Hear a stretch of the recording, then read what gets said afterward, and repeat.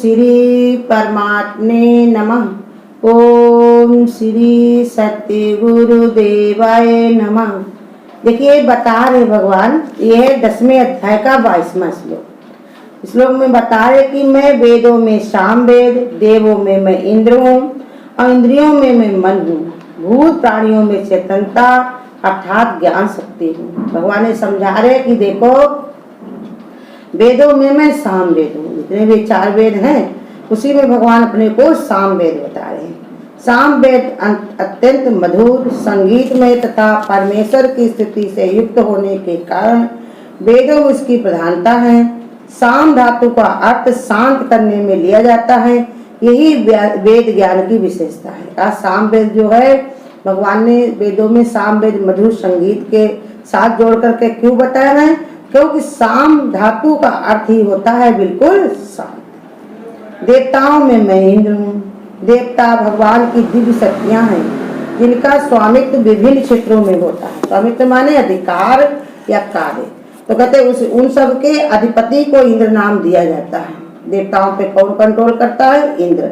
मनुष्य की चेतना जब भौतिक आवासों से उठकर सूक्ष्म तत्वों में विचरण करती है तब धीरे धीरे उसे ऐसे स्तर की प्राप्ति होती है जहाँ पर सर्वोपरि सुख अर्थात स्वर्ग सुख का अनुभव होता है।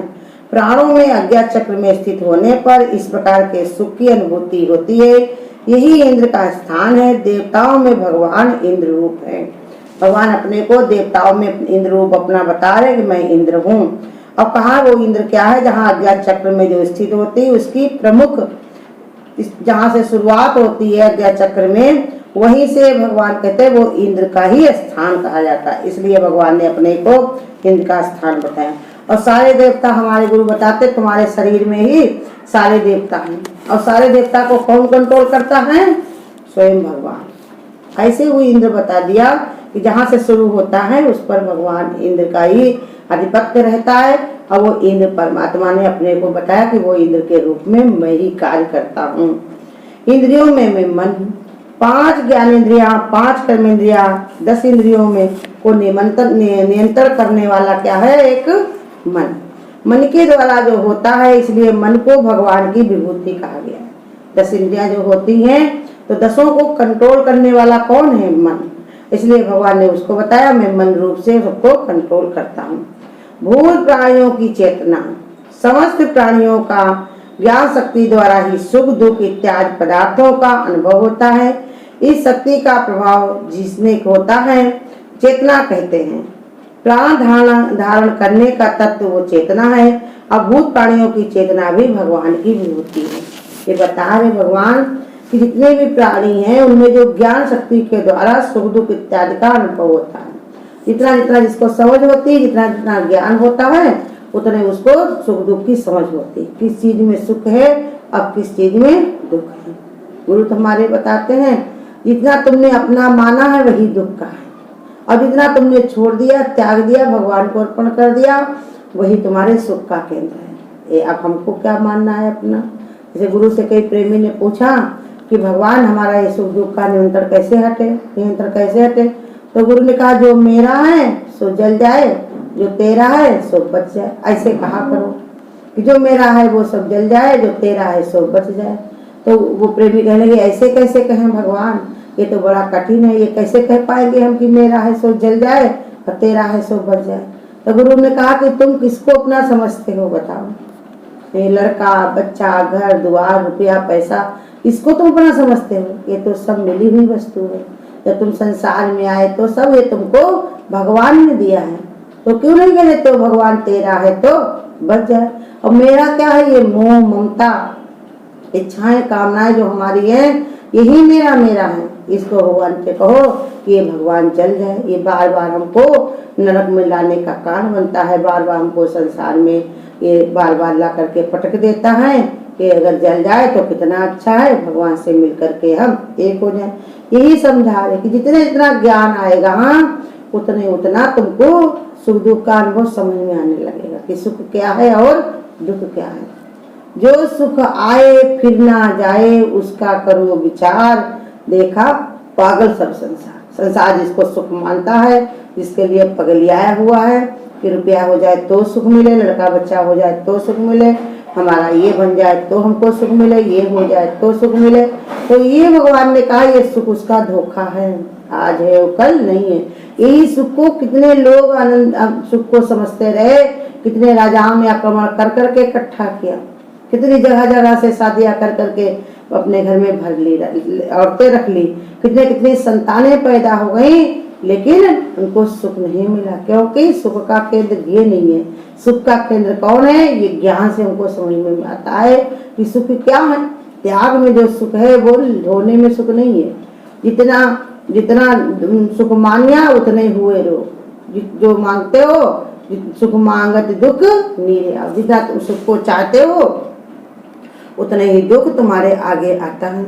इसलिए गुरु बताते जब तुम कोई चाहना नहीं रखोगे, कोई इच्छा नहीं रखोगे, तो अपने आप ही सुखी रहोगे। सुखी माने क्या है, भगवान ने कहा एक संत जो था रोजाना गुरु के पास जाया करता था कि गुरु हमको ज्ञान समझा दो कि हमको इतना ये सब दावा पड़ा रहता है, हटता ही नहीं है, ज्ञान हमको कुछ आता ही नहीं है। गुरु रोज उसको तरह तरह से समझाते लेकिन उसकी समझ में नहीं आता। एक दिन गुरु ने कहा देखो भैया अब हम तुमको प्रैक्टिकली ज्ञान देंगे जिससे तुम्हें सारी बात समझ में आ जाएगी। तो इसके कारण ही उन्होंने क्या किया, 4 ईंटा उसके सर पर रखवा दी और कहा जाओ ऊंचे ये पहाड़ पर है, चढ़ के आओ। चढ़ने के लिए जाने लगा तो रास्ते में ही जैसे थोड़ा चढ़ा, कहा गुरु और आगे चढ़ जाए, तो गुरु ने कहा हाँ चढ़ जाओ लेकिन एक ईंटा इसकी फेंक दो। उसने फेंक दी। फिर कहा थोड़ा और चढ़ गया, कहा गुरु और आगे चढ़ जाए, कहा हाँ चढ़ जाओ लेकिन एक ईंटा और फेंक दो। फिर दोबारा कहा एक ईंटा और फेंक दो। आखिरी में जब कहा कि एक ईंटा और फेंक दो, तब उसने कहा पूछा कि गुरु जो है, कहा गुरु ने पूछा कि बताओ कैसा लगता, कहा बहुत हल्का, बहुत अच्छा। तो कहा क्यों हल्का लग रहा, क्योंकि वो 4 ईंटा तुमने फेंक दी। ऐसे ही तुम्हारे अंदर भी कर्मों का बहुत बड़ा बोझा लगा हुआ है, ये हमारा है, वो हमारा है, ये है, ऐसा क्यों हुआ, वैसा क्यों हुआ, यही हमको दुख का कारण बनता है। और जब हम इस बात को समझ लेते हैं कि दुख इसको नहीं कहते हैं, दुख किसको कहते हैं, जितना तुम अपना मानते हो। ये तो त्याग में तो आनंद है। अभी पेट में तुम्हारे सब दुनिया का खाया पिया भरा हो तो आनंद आएगा कि तुम टॉयलेट होकर के आ जाते हो, बाथरूम होकर के, तब तुमको मजा आता है। खाली हो जाएगा तुम्हारा पेट तब अच्छा लगता है कि पेट में तुम्हारे सब भरा हो और गैस जैसी बनी हो तब अच्छा लगेगा। ऐसे ही समझा रहे भगवान कि देखो तुम जिसको ज्ञान जब तक नहीं होता है तब तक सुख दुख का तुम फर्क नहीं कर पाते। वही गुरु के शरण में जाने से, संतों के संग में बैठने से सब वो समझाता है। देखो एक गया गुरु के पास, कहा गुरु इतने सारे लोग हैं, संत लोग हैं, पता नहीं कितने लोग जो उनके पास आते हैं तो उनकी सब मदद करते हैं। कोई लड़कियों की शादी करवा देते हैं, किसी को वहाँ ये दान दिया जाता है, कोई घर बनवा देता है, कोई बीमारी में दवाई बांट देते हैं, कहीं कुछ करते हैं, या कोई उनके ऊपर ऐसा मंत्र बता देते हैं जिससे उनके घर में धन दौलत बढ़ जाती है, उनकी शादी हो जाती है। और हमको गुरु तो आप कुछ नहीं देते हो, खाली यही बताते हो कि हरिओम का जाप करो। हमारे गुरु क्या बताते हैं, ओम का जाप और बढ़ा दो। जितनी ज्यादा समस्याएं अगर तुमको लगती हैं उतने अपना जाप और बढ़ा दो, और बढ़ा दो। कम जाप नहीं होना चाहिए, 1 मिनट को भी तुमको खाली नहीं रहना चाहिए। जितना तुम खाली रहोगे उतने तुम्हारा मन उलझा रहेगा और अशांत और दुखी रहेगा। खाली मन शैतान का घर। तो गुरु ने कहा अच्छा तुमको सब कुछ चाहिए तो चाहो कल तुम जा करके लिस्ट बना करके ले आना और हम फिर तुमको सब चीज दिला देंगे जो जो तुमको चाहिए। वो गया भैया घर में और बढ़िया सी लिस्ट तैयार किया, हमको कूलर चाहिए, फ्रिज चाहिए, ये चाहिए, वो चाहिए, करते करते उसने 2-2.5 लाख का सामान जो है लिख करके सामने गुरु के लाके रख दिया। कहा गुरु ये देखिए हमको इतना सब सामान चाहिए। तो कहा बताओ इसकी सबकी कीमत कितनी है। कहा 2 से 2.5 लाख तक की ये कीमत होगी। तो गुरु ने कहा बस 2 से 2.5 लाख, अब हम तुमको दे रहे, इसका ध्यान दो। कहा देखो तुम्हारी एक आंख को कोई मांगे तुमसे, कहा एक आंख दे दो, हम तुम्हें 5 लाख रुपया देंगे, तो तुम दोगे। कहा नहीं हम क्यों देंगे, क्या काने बनकर रहेंगे। कहा तो फिर इसके मतलब क्या हुआ, 5 लाख की 10 लाख की तुम्हारी ये आंखें हैं।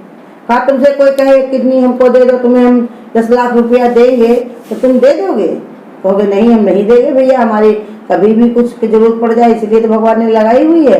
तो 20 लाख की तुम्हारी किडनी है, लीवर तुम्हारा 50 लाख का है। ये भगवान ने कहा एक एक कान में सुनने की शक्ति, मुंह में बोलने की शक्ति, नाक में सूंघने की शक्ति और ये जो भगवान ने बताया बाथरूम लेट्रिन सब साफ होने की शक्ति, ये सब क्या है? ये भगवान की करोड़ों अरबों की ये हमारा अपना ये शरीर है। लेकिन इसकी तरफ ना ध्यान करके हम बाहर भुगता में जाते हैं, उसको सुख मानते हैं, उसमें चित्त लगाते हैं तो हम दुखी होते हैं। तो वही ये समझा रहे कि अगर तुम ज्ञान में बैठो, संत के पास में जाओ, गुरु की शरण हो, तो तुमको ये सब समझ में आ जाएगा ज्ञान शक्ति के द्वारा सुख क्या है और दुख क्या है। दोनों का जो तुमने भरम लाद रखा है, जिसको तुम दुख मानते हो वही सुख है गुरु कहते हैं, और जिसको तुम सुख मानते हो वही दुख का कारण है। जितना मेरा मेरा करते हो यही दुख है, और जो तेरा तेरा करते हो वही सच्चा सुख है। यही गुरु सिखा देता है कि तेरा तुझको अर्पण क्या लागे मेरा। यही कला सिखाने के लिए गुरु हमको समझाता। और ये प्रेरणा कहते भगवान कहते सबके अंदर मैं ही डालता हूँ। लेकिन प्रेरणा डालते कैसे हैं भगवान? जैसे हमारे कर्म होते, जैसा हमारा प्रारब्ध होता, उसी के अनुसार हमको आगे वैसे बुद्धि मिलती चली जाती है, वैसे भगवान हमको सब सुविधाएं देता चला जाता है। तो कहते हैं वो है भगवान की ही विभूति, परमात्मा का ही स्वरूप है। लेकिन भगवान कहते हैं हम कर्ता नहीं बनते, जो भी होता है वो तुम्हारी ही मर्जी से सब काम होता है। हम अपने ऊपर कोई जिम्मेदारी नहीं लेते, है हमारा ही स्वरूप सब में। लेकिन जब तुम हमको देखोगे तब हम तुमको दिखाई पड़ेंगे, और जब तुम देखना नहीं चाहते तो हम तुमको दिखाई नहीं पड़ेंगे। ऐसे भगवान के जैसे एक शीशा होता दर्पण, उसके सामने कोई जाएगा तो वो दिखा देगा, अगर कोई नहीं जाएगा तो वो नहीं दिखाता, वो काली का काली है। ऐसे ही आत्मा परमात्मा ऐसे ही स्वरूप है, उसमें कोई अगर जाए अपनी श्रद्धा भक्ति करे, परमात्मा में अपना स्वरूप देखना चाहे तो देख सकता है। अब अगर नहीं दूर ना रहना चाहता है तो कहते तुम्हारी अपनी मर्जी।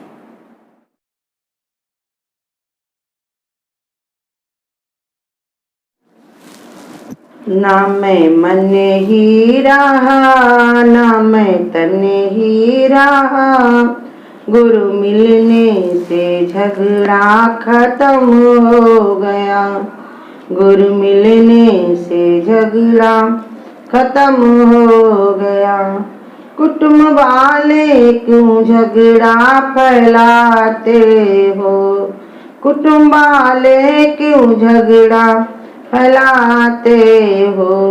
जल इंद्र का अब तो भस्म हो गया। गुरु मिलने से झगड़ा खत्म हो गया। ना मैं मन ही रहा, ना मैं तन ही रहा, गुरु मिलने से झगड़ा खत्म हो गया। नहीं माता पिता सुखदारा मिले, नहीं माता पिता सुखदारा मिले, खेल जादू का अब तो भस्म हो गया। गुरु मिलने से झगड़ा खत्म हो गया।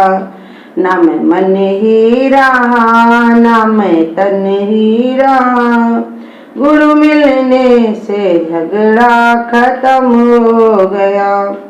अगर कुछ बनता हो तो योगी बनो फिर बनना, अगर कुछ बनना हो तो योगी बनो, अगर कुछ बनना हो तो योगी बनो, फिर बनना बनाना खत्म हो गया। गुरु मिलने से झगड़ा खत्म हो गया। ना मैं मन ही रहा, ना मैं तन ही रहा, गुरु मिलने से झगड़ा खत्म हो गया। गुरु मिलने से झगड़ा खत्म हो गया। अगर आपको आज की वीडियो अच्छी लगी हो तो वीडियो को लाइक और शेयर करना ना भूलें। आगे की वीडियोस देखने के लिए चैनल को सब्सक्राइब करें और नोटिफिकेशन